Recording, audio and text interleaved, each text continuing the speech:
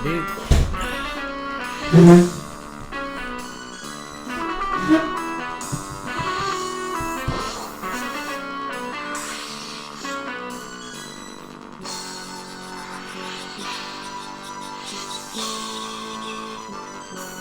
right, let's turn that down. All right, welcome students. It's been a couple days since I recorded a video because I recorded my Wednesday video yesterday a little bit early with Mr. Ryberg on Tuesday night. One of my favorite videos I've made so far. Really like that song. Another challenging one for you. Iconic, ahead of its time, underrated for what it is. All right, so welcome to this wonderful, terrific Thursday. It is June 4th, 2020. We are week 10, day 4, ABMS remote. I only have 2 more videos to shoot here in my remote classroom here at my house. And then I'm gonna have to break this studio down and get ready for my brother who is coming down from Oregon. I am getting a COVID-19 test tomorrow. One of the lowlights of Mr. Ryberg's visit was his wife, Casey, who works in the medical field, described what that test is going to be like. And I'm not sure how serious she was being, but I'm not looking forward to that. But if you do have to have that test, be strong, be stronger than me. I guess it's not that bad, but they have to stick something back pretty far up my nose, and I don't know, it just sounded weird. Anyway, hopefully they don't get parts of my brain out because I don't have a lot up there, so I need all I have. Anyway, I'll let you know how that goes. Hopefully it's negative. That always cracks me up because, just to say I'm not taking the test because I have symptoms. It's just a test to see if I'm asymptomatic, if I have it. So when my brother's coming down, I don't want to spread it to him. And so anyway, it's not like I'm sick. But anyway, what I was saying is it always cracks me up. The negative in terms of this kind of stuff is good and positive is bad, because usually positive is a better thing. But anyway, that's just what they went with. Okay, so it is Thursday, which means that tomorrow is Bingo Friday. Super looking forward to it. I'm hearing a lot of people talking about it out in the street, and it's just, the buzz is palpable. Can't wait to get that going. I'm a little nervous about the execution of it, but I think it's going to be fine. It'll be fun no matter what happens. Going to be some great prizes and some great guests. Going to be super fun. We will have an office hours today. Again, by the time you're watching this video, it'll probably already have been happening. But we will be doing a Kahoot today. Not on science, probably Disney, something like that. So hope to see you there. What else do I have to say? I guess pickup will start Monday. So my goal is to get your prizes in your bags by Monday. And if you left anything else in my classroom, let me know. This time of the year is bizarre. We've been working really hard all year, and it all just kind of comes to an end. And this year is especially bizarre. So this time last year, I think this Friday, that's tomorrow, we were doing like a sandcastle thing that the humanities group put together, and I got to go one of those periods, and it was super fun. And then getting ready for all the fun stuff next week. And it's just different. And I know it's probably not the best to bring it up, because what's the point? Because it just kind of bums you out. So why did I bring it up? Just to appreciate what we have when we have it, I guess.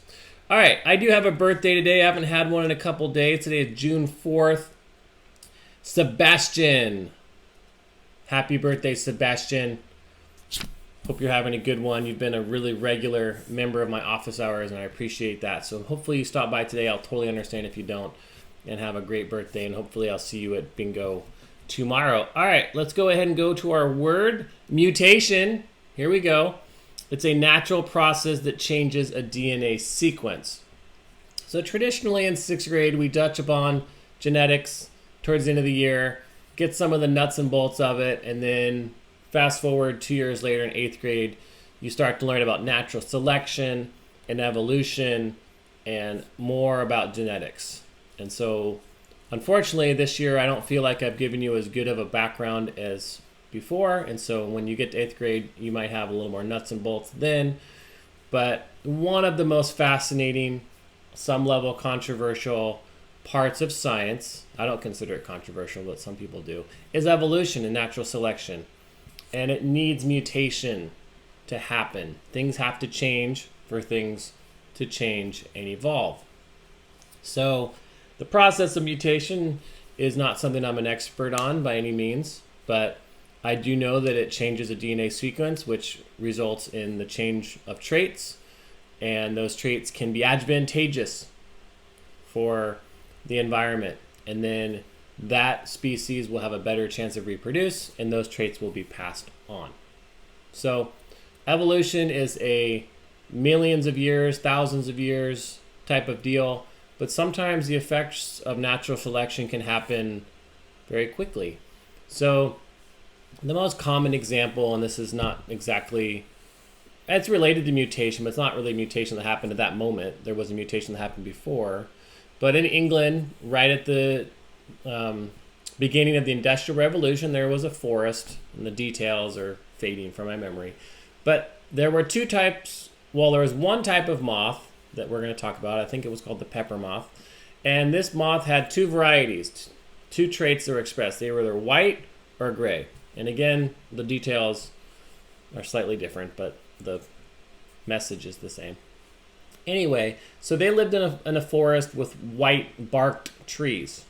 Not sure what type of trees they were, but they had white bark. And again, there were two types of moths, or two types of colors of this one type of moth. And the ones that were white had a very nice camouflage against the trees, and they weren't eaten as often. And then the gray ones stuck out and were eaten. Over time, as the factories were creating more smoke and soot and all that nasty stuff, the bark on the trees were turning gray. And this flipped the situation. So now the white moths were sticking out and the gray moths were more camouflaged. And over time, just the gray moths were reproducing and the population ratio changed. So again, it's related to mutation because at some point along the line, the moth's DNA was mutated to create these two separate traits, and then natural selection happened, and there you go. So I love telling that story. It's not exactly related to what we're studying because we're not doing natural selection just yet, but it's one of my favorites. Love it. Okay, so I've probably talked too much today. I'm really enjoyed making these videos. I had a student in office hours a couple days ago that's not actually enrolled in either mine or Mr. Cutter's class and still checks out these videos and comes to office hours because she really wants to learn.